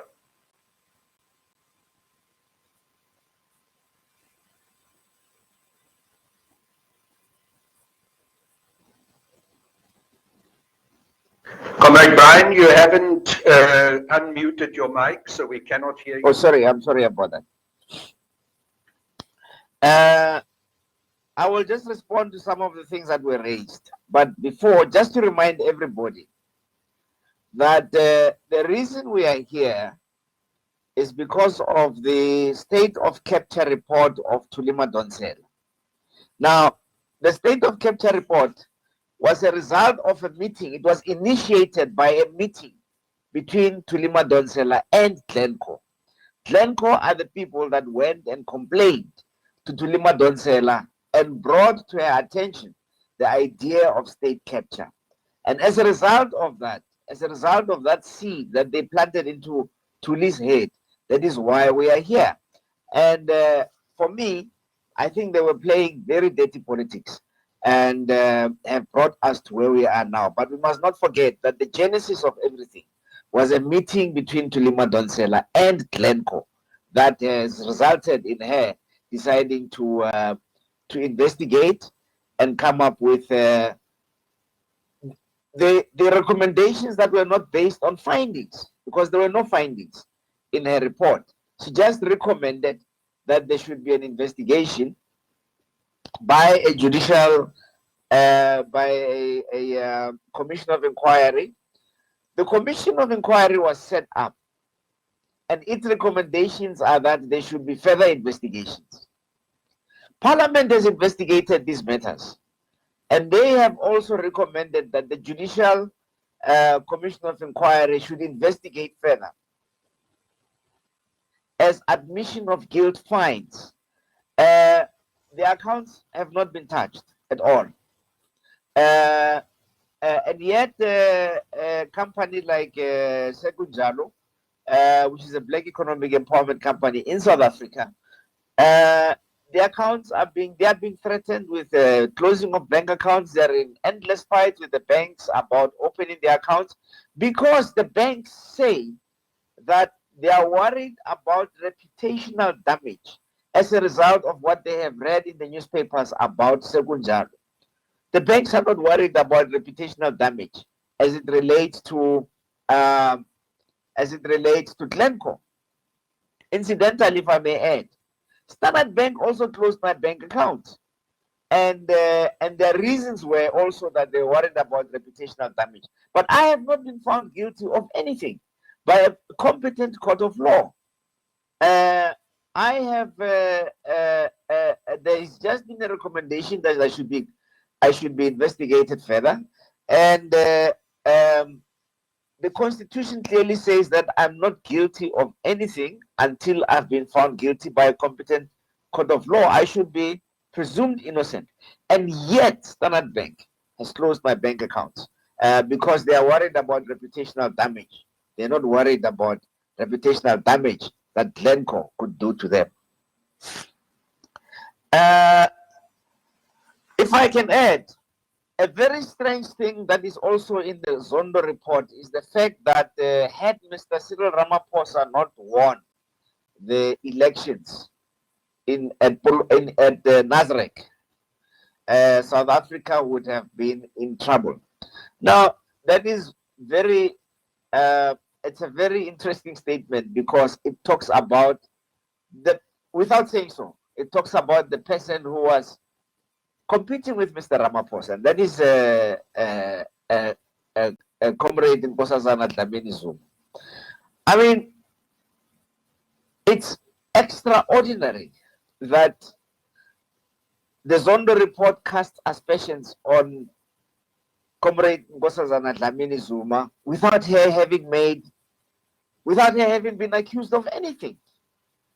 They tainted her image, a former chairperson of the African Union, by implying that had Mr. Ramaphosa not won the election, this country would have gone to the dogs. Well, then it has under Mr. Ramaphosa. And I don't know what Zondo has to say about that. But I find it very, very unfair that by implication, Comrade Nkosazana was pulled into the Zondo issues, into state capture, without her having given evidence, without her having been accused of anything. And yet the report, by implication, implicates her in some kind of wrongdoing, because had she won in Nasrec, the country would have gone down the drains. I want to agree with the speakers that talked about dispatchable energy and coal, and say that the only alternative to coal in South Africa is nuclear. And the sooner we get that into our heads, the better. The United States operates 99 nuclear reactors that provide electricity to the United States. France has their electricity, 75% of their electricity comes from nuclear. Germany is talking about going back to coal and nuclear because of the problems with Russia. We in Africa only have Quebec. The whole continent has Quebec in Cape Town, or just outside Cape Town, that provides the African continent with electricity. Why is it that the powers that be are afraid to engage in discussions about nuclear? Because there is absolutely nothing wrong, technically nothing wrong with nuclear. Japan is using it, China is using it, China is building more nuclear reactors, yet Africa, which has the least electricity penetration in the whole world, is discouraged from using nuclear. When it comes to Africa, we talk about the sun. Information that he had, he himself would have been accused of having knowledge of a crime and not reporting it. So he's an upright citizen that has reported what he knows, and it is the courage of people like Comrade Fraser that makes me not lose hope when I wake up in the morning. It is people like him and people that, like the people that have been participating in the space today, the sentiments that have been expressed in this space today, that give me hope that we are capable of overcoming our own problems as a country. Thank you very much.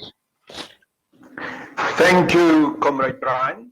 I want to thank everyone who participated in this Twitter Spaces conversation. Let me also present my apologies for the somewhat shaky start of this conversation, and that we have used to move to a new Twitter Spaces platform. But I'm glad to see that a considerable number of people have participated, both as speakers and also as listeners. The challenge that we are faced with in South Africa is manifold. One of the worst problems that we are faced with, we have referred to several times during this conversation, and that is the role of the media.